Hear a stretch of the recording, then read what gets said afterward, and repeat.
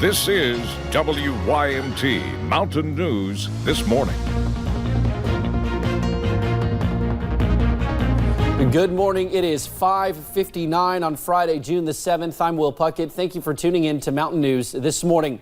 Well, Brandon will be working night side today as he's at Polk Salad Festival, but we have Kelly in here this morning, and she has been a busy young woman tracking some rain that, Kelly, we just can't seem to shake. I know. It seems like it's been raining for so long, and it's still raining as we start off our Friday. But hey, at least it is Friday. But check out Pinpoint Doppler. Plenty of action going on this morning. Heavier pockets of rain moving just out of Breathitt and Perry County right now, moving to the northeast, so just be mindful of that. Visibility a little bit reduced because of this rainfall and all the moisture in the air this morning, so be sure to give yourself plenty of extra time this morning and extra space in between those cars. Here are your weather headlines for today. We do have a flash flood watch in effect through the weekend, all thanks to a soggy pattern. And will we see any breaks from the rainfall throughout the weekend? I'll have all of those details in just a little bit, Will.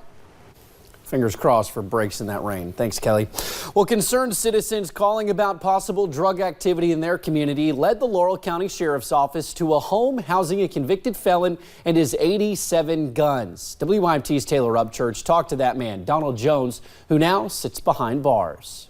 Responding to a complaint on East Highway 1223 near London, police say they found more than drugs. I don't know if I had any guns in the house. I said I might have 2 or 3.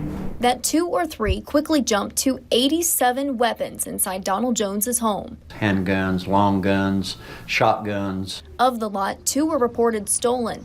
Police feel after an extensive investigation, even more will end up on that list. Jones says he's been collecting and buying guns since he was 19 years old, but never knew any were stolen. No, I asked everybody I bought any off of what he stole. They always tell me no. You know how that goes. Police say deputies also found a large amount of money and marijuana stuffed inside the home. Stems, all it was. They made a big deal out of it. Police arrested Jones and 4 others parked in his driveway. Police say Eddie Wilburn, Kirsten Swainer, Heather Sizemore, and Robin Weaver all appeared to be under the influence. The possible reason for several guns became clear. With our drug dealers is that they generally will take in stolen property, including weapons, to trade for drugs. Thankful for teamwork between deputies and citizens. In Laurel County, Taylor Upchurch, WYMT Mountain News. Now, Jones is charged with possession of a handgun by a convicted felon, receiving stolen property, and marijuana trafficking. The other 4 arrested face DUI charges. Police say 5 people were arrested in Knox County for engaging in organized crime. Barberville Police Department officers say after getting tips about possible stolen guns and methamphetamine trafficking, Michael Buchanan, Cody Abner, Jimmy Davis, Betsy Cecil, and April Collins were arrested at a home on Emmanuel Hollow Road. Along with marijuana, Suboxone, and drugs and other drugs and paraphernalia, police say they found the guns they were looking for. And they had firearms. They had an AR-15, a 30-30, an MK2. The 30-30 and the MK2 were the stolen firearms. All 5 are being held at the Knox County Detention Center. To Whitley County now, where several people are facing drug-related charges after traffic stops. The Whitley County Sheriff's Department says they arrested Angela Seiler after finding meth and other drug paraphernalia. Later in the evening, Kelly Ward, Terry Mullins, and Shane Gray were all arrested. They were also found with drugs. All 4 are facing possession charges. Sheriff deputies say that these arrests were targeted at high drug trafficking areas. Well, yesterday marked day 2 of the murder trial of the man accused of shooting and killing Terry Stidham. Police say Harold Hayes murdered Stidham last August in the Combs community of Perry County. WYMT's Justin Case talked with the family of Stidham and listened in as the prosecution and the defense made their cases. For Terry Stidham's family, they feel like they must be here, hoping that their loved one's death is not without justice. Well, it's been heart-wrenching, losing a child the way we lost him. But we're here to fight for Terry, and we're going to continue to fight. Prosecutors say they have surveillance video of Harold Hayes purchasing the same kind of ammo used to kill Stidham less than 24 hours earlier. They also got a warrant to record his phone calls. Here is Hayes talking with an unidentified woman. I'm in here touching. I'm in here. Yeah, I am. Sure am. Heard you on it. Yeah, I am, man. You can find out all that, it don't matter. Well, yeah, I done it. Yeah, I sure did, but I got to use this tail on me. Witnesses have identified Hayes as the man who killed Stidham, but the defense points to inconsistencies in their stories. Irregardless of which one of them may have said, I know Harold Hayes and it was Harold Hayes, because they contradict each other. The defense also says some of the evidence was mislabeled and that the people who initially called 911 never mentioned Hayes at all. During the phone, the 911 call, no name was mentioned. But that no name was mentioned during the 911 call. As the case moves forward, family members of Stidham know that regardless of the outcome, their loved one is never coming home. There's not going to be no closure for us. When you lose a child, there's no closure.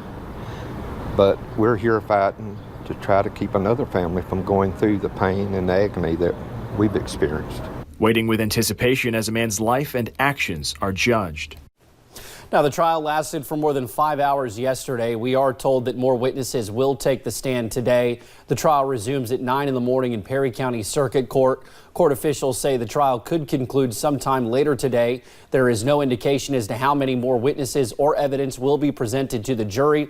Of course, we will continue to cover the trial, and once a verdict is reached, we will post that online at WYMT.com. Well, for years, a Pulaski County family waited for justice. Yesterday, the man convicted of killing their loved one and attacking 2 women with a machete learned his fate. A judge sentenced Cody Hall to 23 years behind bars. Listen to the letter Hall's attorney read at his sentencing yesterday. It is his apology addressed to Holbrook's family. I wish that there was some way that I could go back and change all that happened that morning, but that is not possible. I just hope that each person that was harmed in any way by me will be able to someday find peace. Family members say they are willing to forgive Hall because that's what their loved one would have wanted. The Commonwealth's attorney says Hall was high on meth at the time of the attack. We could learn more about a Bell County attempted murder case next week. George Fisher's preliminary hearing is set for the 11th. On Tuesday, police say Fisher tried to shoot his ex-wife and another man. Investigators wrote in the arrest citation both the woman and man somehow dodged the bullet. Fisher faces 2 counts of attempted murder, among other charges. He pleaded not guilty this week. The Nicholas County Sheriff's Office says they have found the body of a missing man. 62-year-old James Jolly, who went missing while canoeing on the Licking River Monday. His body was found around 3:30 p.m. on Thursday. Investigators believe it was likely an accidental drowning. They say it comes as a surprise as Jolly is considered an experienced fisherman who has fished on the Licking River for years. Heavy rain is creating a mess for parts of Kentucky. Angela Reigert was out in Rockcastle County, where some people say this is the worst flooding they've seen in a while. It's unreal. I've never seen it like this before. It's simply shocking. Streets now looking like streams, pavement hidden under rushing water. We've had water this deep in town before. We've had water in our firehouse, some of the buildings down here in town, but it just came up really, really quickly. In Rockcastle County, inches of rain fell in a short amount of time. About 10 to 15 minutes later, it was like, wow, like it popped up all of a sudden. Mother Nature leaving behind nothing short of a mess. Broadhead, one of the hardest hit areas. My whole creek, half of my fields where my horses are, they're standing up on top of a hill. The neighbor's garden's all underwater. It's just, everything's flooded. Trees down, roads washed out, buildings partially underwater. And when the water goes down, debris is all you see. If you don't have to be out, stay at home. If you come up on high water, turn around. I would much rather you turn around or be delayed getting somewhere, having to take an alternate route, than us having to come out and get you out of the water. With rivers already looking like this, the big concern, of course, is more rain in the next few days. That is something people are keeping a close eye on. Now that the ground is very saturated, the creeks and streams are running very high. I don't think it'll take much more rain to cause the waters to rise again. I'm afraid that we'll see this again before the weekend's over. Reporting in Rockcastle County, Angela Reigert, WYMT Mountain News. And in Louisiana, a fire department was out after the floods there, helping motorists and pedestrians. Firemen helped a man in a wheelchair through the flooded intersection. Firefighters say that they were leaving a call when they noticed the man in a wheelchair stranded and offered assistance. The man was then put into the fire truck and taken to one of the fire stations until the water receded.